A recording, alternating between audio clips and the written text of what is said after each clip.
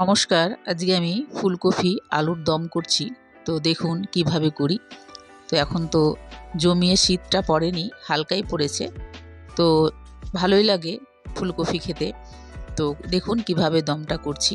তো এখানে লবণ হলুদ দিয়ে টুকরো করে রাখা আলুগুলোকে আমি ভেজে নিলাম।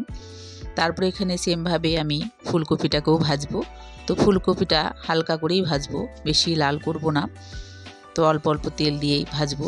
লবণ হলুদ পরিমাণ মতন দিয়ে দিলাম, দিয়ে আমি ফুলকপিটাকে ভেজে তুলে নেব। তারপরে এখানে আমি তেল দিয়ে দিব। তেলের মধ্যে দারচিনি এলাচ দিব, তেজপাতা দিব আর জিরে ফোড়ন দিয়ে দিলাম। তারপরে এখানে আদা লঙ্কা বাটা দিব। একদমই নিরামিষই করছি। সামান্য একটু জল দিয়ে নাড়াচাড়া করে এখানে আমি দিব জিরে ধনের গুঁড়ো 1 চামচ করে। তারপরে স্বাদ মতো লবণ হলুদ দিয়ে দেবো আর একটু লঙ্কার গুঁড়ো দেবো কালারের জন্য। তো আমি লঙ্কার গুঁড়ো বেশি খাই না, সামান্য দিলাম, আপনারা একটু বেশি দেবেন। তারপরে এখানে খুব ভালো করে মশলাটা কষিয়ে নেব। মশলাটা থেকে যেন জিরের গন্ধ, আদার গন্ধটা যেন চলে যায়।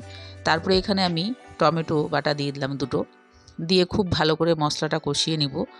কষিয়ে নেওয়ার পর ফুলকপি আলুটা দিয়ে দেবো। ফুলকপির আলুটা দিয়ে 2 মিনিটের মতন কষিয়ে নিয়ে এখানে আমি জল দিয়ে দেবো। জলটা এতটাই দেব যাতে ফুলকপি আলুটা সেদ্ধ হয়ে যায়।